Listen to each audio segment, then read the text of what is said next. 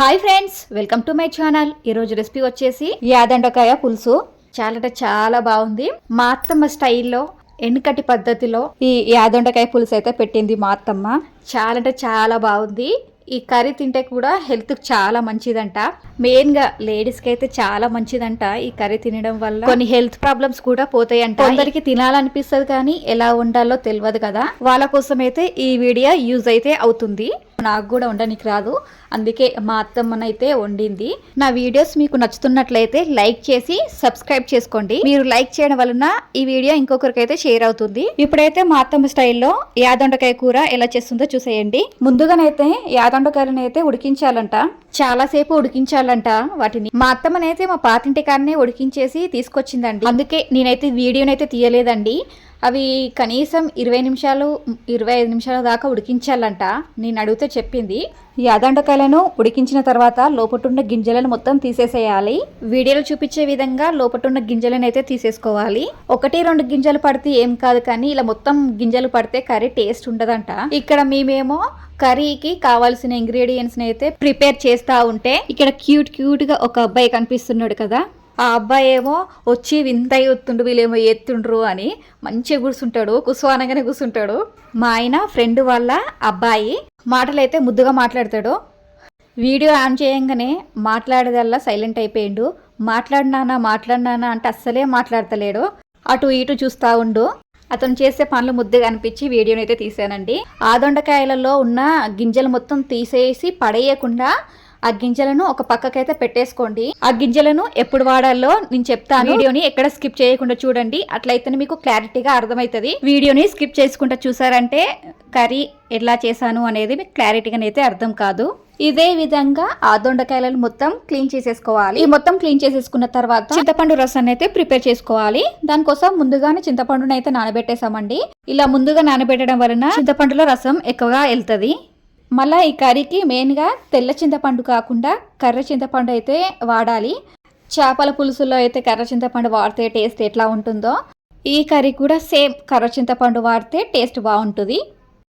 అయ్యో మా దగ్గర కర్ర చింతపండు లేదక్క అని మీరు అనుకుంటున్నారా? ఏం పర్లేదు, కర్ర చింతపండు బదులు తెల్ల చింతపండును తీసుకోండి.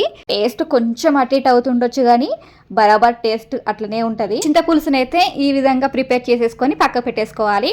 పులుసు ప్రిపేర్ చేసుకున్న తర్వాత ఆనియన్స్, టమాటాలను, యాదండకాయ గింజలను వీటన్నిటిని ఒక ప్లేట్లోనే అయితే ప్రిపేర్ చేసి పక్కకైతే పెట్టేసుకున్నాము. తర్వాత స్టవ్ ఆన్ చేసి ఒక గిన్నెని అయితే పెట్టేసుకోవాలి. గిన్నె వేడెక్కిన తర్వాత 2 పావుల నూనెనైతే పోసేసింది అత్తమ్మ. నూనె కాగిన తర్వాత 1.5 టేబుల్ స్పూన్ అల్లం వెల్లుల్లి పేస్ట్ వేసింది. అల్లం వెల్లుల్లి పేస్ట్ వేసిన తర్వాత కొద్దిసేపు ఫ్రై చేసుకోవాలి. ఆ పచ్చివాసన పోయేంత వరకు ఫ్రై చేసుకోవాలి. అల్లం వెల్లుల్లి పేస్ట్ వేసిన వెంటనే వేరే ఇంగ్రీడియంట్స్ వేసామంటే కర్రీ మొత్తం అల్లం వెల్లుల్లి పేస్ట్ స్మెల్లే వస్తుంది.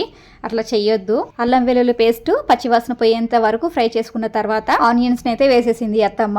ఆనియన్స్ వేసిన తర్వాత 1 టేబుల్ స్పూన్ పసుపునైతే వేసేసింది. పసుపు వేసిన తర్వాత ఒక 2-3 నిమిషాలు ఫ్రై చేసుకోవాలి. ఆయిల్లో మంచిగా ఫ్రై అవ్వాలి. కర్రీ అడుగు పట్టకుండా ఉండాలంటే మనం కలుపుతూనే ఉండాలి. పసుపు కొంచెం వేగిన తర్వాత టమాటాలను అయితే వేసేసుకోవాలి. టమాటాలు వేసిన తర్వాత ఒక 1 టేబుల్ స్పూన్ సాల్ట్ అయితే వేసింది అత్తమ్మ. ఈ కర్రీ వండడం చాలా కష్టం అని అనుకుంటారు. నేను కూడా ఫస్ట్ అలాగే అనుకున్నాను, కానీ అత్తమ్మ వండుతుంటే ఒక్కసారి చూసానో లేదో నెక్స్ట్ టైం మళ్ళీ మనమే చేసుకోవచ్చు అన్న హోప్ అయితే కలిగింది నాకు. అంత సింపుల్గా చేసింది అత్తమ్మ. కర్రీ కూడా చాలా టేస్టీగా ఉంది. టమాటాలు కొద్దిగా వేగిన తర్వాత ఒక 1.5 టేబుల్ స్పూన్ కారం అయితే వేసేసింది అత్తమ్మ. కారం వేసిన తర్వాత యాదండకాయలను అయితే మనం ముందే ప్రిపేర్ చేసుకున్నాం కదండి, వాటిని అయితే వేసేసుకోవాలి. గింజలను కాకుండా పైన తొక్కను మాత్రమే వేసేసుకోవాలి. యాదండకాయలను వేసిన తర్వాత ఒకసారి మొత్తం కలిపేసుకొని మనం చింతపులుసును ముందే ప్రిపేర్ చేసుకున్నాం కదండి, చింతపులుసును మొత్తం ఒకటేసారి పోసేయకుండా కొంచెం ఇప్పుడు పోసుకొని ఇంకా కొంచెం అట్లనే ఉంచేసుకోవాలి.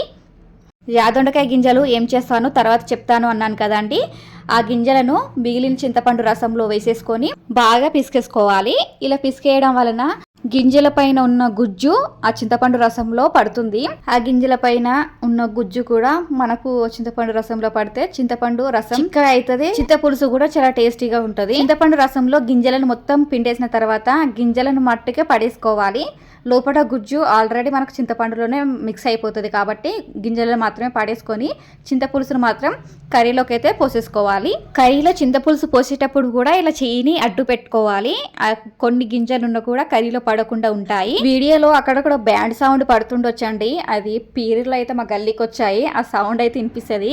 కొంచెం ఆ సౌండ్ అయితే అవాయిడ్ చేయండి. పులుసు మొత్తం కర్రీలో పోసేసుకున్న తర్వాత జీలకర్ర మెంతుల పిండి, అలాగే కుడక పొడి, జీలకర్ర మెంతుల పిండి ఏమో ఒక 1/2 టేబుల్ స్పూన్ వరకు అయితే వేసిందండి. కుడక మాత్రం 1 టేబుల్ స్పూన్ వరకు వేసింది. బెల్లం అయితే 2 టేబుల్ స్పూన్ వరకు వేసింది. అత్తమ్మ చేతితోటి వేసింది కాబట్టి అందా చొప్పున నేను చెప్తున్నానండి. అత్తమ్మ డైరెక్ట్ చేతితోటే వేసేసింది అట్లనే. తర్వాత కరివేపాకు, కొత్తిమీరనైతే వేసింది. తర్వాత సాల్ట్నైతే వేసింది అత్తమ్మ. టేస్ట్కు సరిపడినంత సాల్ట్ను ఈ టైంలోనే యాడ్ చేసేసింది అత్తమ్మ. పులుసు కూరలలో సాల్ట్ కొంచెం ఎక్కువనే పడుతుందండి. మనం టేస్ట్ చేసిన తర్వాతనే సాల్ట్ అయితే వేసుకోవాలండి. సాల్ట్ కొంచెం ఎక్కువనే పడుతుంది. సాల్టే కదండి, కారం కూడా కొంచెం ఎక్కువనే పడుతుంది పులుసు కూరలలో మాత్రమే. ఇవన్నీ వేసిన తర్వాత ఒకసారి కలిపేసుకొని 10-15 నిమిషాల వరకు మరిగించుకోవాలి. ఈ విధంగా మరగాలి. ఎక్కువసేపు మరగాల్సిన అవసరం లేదండి. ఎందుకంటే యాదొండకాయలను ఫస్టే మనం ఉడికించుకున్నాం కాబట్టి ఎక్కువసేపు ఉడకాల్సిన అవసరం లేదు. పులుసులో యాదొండకాయలను 10-15 నిమిషాలు ఉడికిస్తే సరిపోతుంది. పులుసు యాదొండకాయలకు మంచిగా పడుతుంది. 10-15 నిమిషాల లోపే మంచిగా పట్టేస్తుంది. ఎక్కువసేపు ఉడికించామంటే పులుసు చిక్కగా అయిపోయి టేస్ట్ అనేది బాగుండదు. తర్వాత స్టవ్ ఆఫ్ చేసేసుకొని ఒక సర్వింగ్ బౌల్కి అయితే సర్వ్ చేసేసుకుంటున్నామండి. అంతేనండి, ఎంతో టేస్టీ యాదొండకాయ పులుసు రెడీ.